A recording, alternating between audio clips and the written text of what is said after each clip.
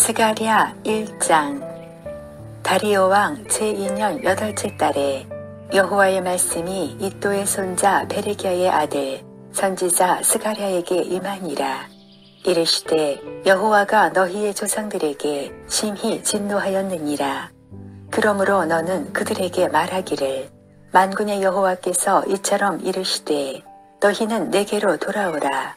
만군의 여호와의 말이니라. 그리하면 내가 너희에게로 돌아가리라. 만군의 여호와의 말이니라. 너희 조상들을 본받지 말라. 옛적 선지자들이 그들에게 외쳐 이르되 만군의 여호와께서 이같이 말씀하시기를 너희가 악한 길 악한 행위를 떠나서 돌아오라 하셨다 하나 그들이 듣지 아니하고 내게 귀를 기울이지 아니하였느니라. 여호와의 말이니라. 너희 조상들이 어디 있느냐? 또 선지자들이 영원히 살겠느냐? 하나님께서 스가랴를 향하여 주신 첫 번째 말씀이 기록되고 있습니다. 그것은 포로에서 귀환한 선민의 조상들에게 심히 진노하셨다는 사실입니다. 물론 이것은 과거의 일들을 회상하신 것입니다.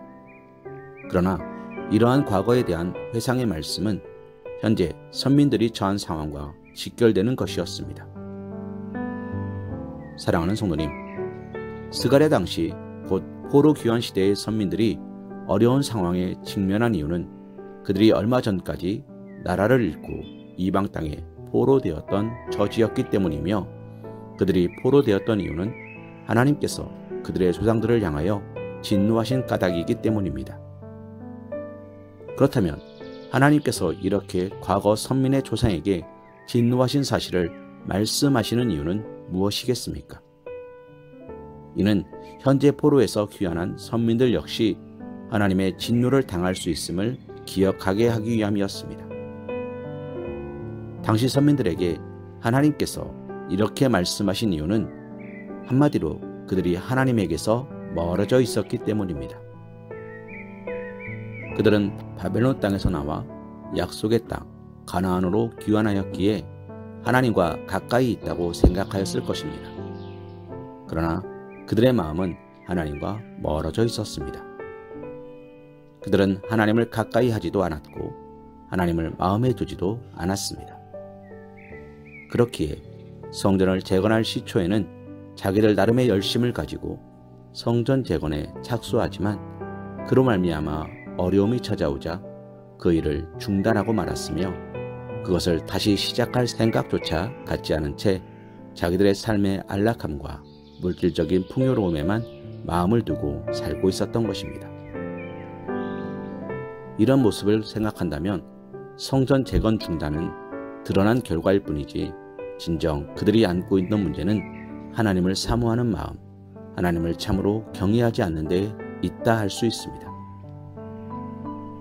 사랑하는 성도님, 당시 이 말씀을 하나님께서 주신 시기는 성전 재건을 다시 재개한 지 2달이 지난 시점입니다. 이는 얼핏 생각하면 그들이 안고 있던 문제가 해결된 것처럼 보여집니다. 또한 그들이 바른 삶의 궤도에 들어온 것처럼 생각되어지기도 합니다. 그러나 성전 재건을 다시 시작한다 할지라도 그들의 마음으로 하나님을 가까이 하지 않고 하나님을 참으로 경외하지 않는다면 과거와 같은 위기에 또다시 그들은 아무렇지도 않게 성전 재건을 중단할 것입니다. 만약 그렇게 된다면 선민들이 귀환하여 이루고자 했던 선민 공동체의 온전한 재건의 비전, 하나님을 경외하는 참된 예배 공동체의 재건의 꿈은 사라지고 마는 것입니다. 또 당시 선민들은 명목상의 선민일 뿐 그들의 삶은 하나님과 상관없는 이방 백성들과 동일한 삶을 살아가게 되는 것입니다.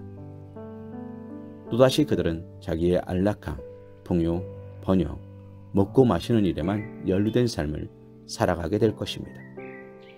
그리고 그들이 실제 이 같은 삶을 지속적으로 살아간다면 과거 선민으로서 정체성을 잃어버리고 하나님과 상관없는 삶을 살며 결국 우상 숭배 등 온갖 죄악을 저지르다 파멸에 이르게 된 그들의 조상들과 동일한 운명에 처할 것입니다. 우리는 스가랴의 말씀을 통하여 우리가 진정 하나님과 함께하고 있는지, 하나님과 동행하고 있는지, 하나님께로 우리의 마음과 뜻이 돌아가고 있는지 살펴보기를 소망합니다. 교회라는 공동체에 속해 있고 주일마다 하나님께 예배 드리며 각종 봉사와 물질적인 봉헌을 한다 하더라도 우리의 마음이 하나님으로부터 멀어져 있다면 우리의 삶은 하나님과 무관한 것이 되는 것입니다. 오직 자기 만족과 세상에서의 영달만을 추구하게 될 것입니다. 사랑하는 성도님, 말씀을 통해 과연 하나님을 마음 중심에 모시고 있는지 돌아보시길 소망합니다. 우리의 마음이 하나님께 가까이 있는지, 또 하나님과 더불어 하나님을 위해 범사에 감사하고 있는지, 우리의 마음을